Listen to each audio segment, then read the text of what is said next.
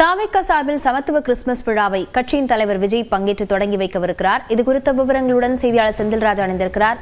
Senthilraja, QR code வைத்திருப்பவர்கள், அழைப்பு விடுத்திருப்பவர்கள் மட்டுமே உள்ளே அனுமதிக்கப்படுகிறார்களா? எப்படி அனுமதிக்கப்படுகிறார்கள்? விவரங்கள் பதிவு செய்யலாம்.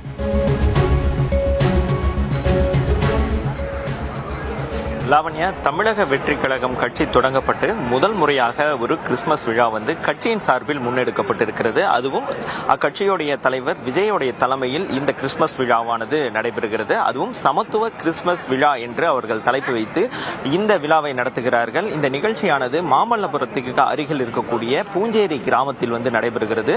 இதற்காக சுமார் 1500க்கும் அதிகமான அந்த பங்கேற்பாளர்களை அழைப்பு விடுத்திருக்கிறார்கள். இதற்கு ஏற்கனவே QR கோடு கொடுக்கப்பட்டு அந்த QR கோடு இருப்பவர்கள் மட்டும்தான் அரங்க வளாகத்திற்குள் அனுமதி, அதே போல் அரங்கத்திற்குள் அனுமதி என்று அவர்கள் நிபந்தனை விதித்திருந்தார்கள். அதே போல் இங்கு வருபவர்கள் அனைவருடைய செல்போன்களையும் வாங்கி வைத்துக் கொண்டு உள்ளே அனுமதிக்கப்பட்டு வருகிறார்கள். குறிப்பாக பார்த்தீர்கள் என்றால் காலை 7 மணியில் இருந்தே இந்த வளாகத்திற்குள் அந்த QR கோடுடன் கூடிய அந்த பங்கேற்பாளர்கள் அனைவரும் உள்ளே அனுமதிக்கப்பட்டு அரங்கில் அமர வைக்கப்பட்டு வருகிறார்கள். இது சென்னை மட்டுமில்லாமல், செங்கல்பட்டு மட்டுமல்லாமல், காஞ்சிபுரம் மட்டுமல்லாமல் தமிழகத்தின் பல்வேறு மாவட்டங்களில் இருந்தும் கிறிஸ்துவ மக்கள், அது மட்டுமில்லாமல் பல்வேறு கிறிஸ்துவ அமைப்புகள் உள்ளிட்டவர்களுக்கு அழைப்பு விடுக்கப்பட்டிருந்தது. அதே போல் பல தனி பேராயர்களும் இந்த நிகழ்ச்சியில் கலந்து கொள்ள இருக்கிறார்கள்.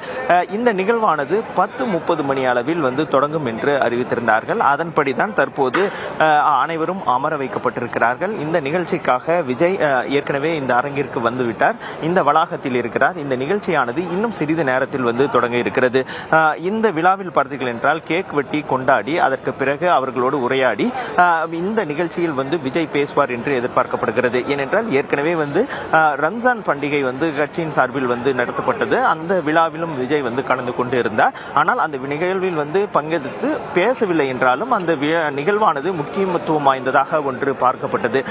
இந்த நிலையில்தான் தற்போது கிறிஸ்தவ மக்களின் பண்டிகையான கிறிஸ்துமஸ் பண்டிகையை கொண்டாடும் விதமாக இந்த சமத்துவ கிறிஸ்துவ விழாவானது நடைபெற இருக்கிறது. லாவண்யா, செந்தில்ராஜா, கட்சி நிர்வாகிகள், முக்கியமானவர்கள் எல்லாமே இந்த கிறிஸ்துமஸ் விழாவில் பங்கேற்கவிருக்கிறார்கள். இது குறித்த விவரங்களுக்கு நன்றி.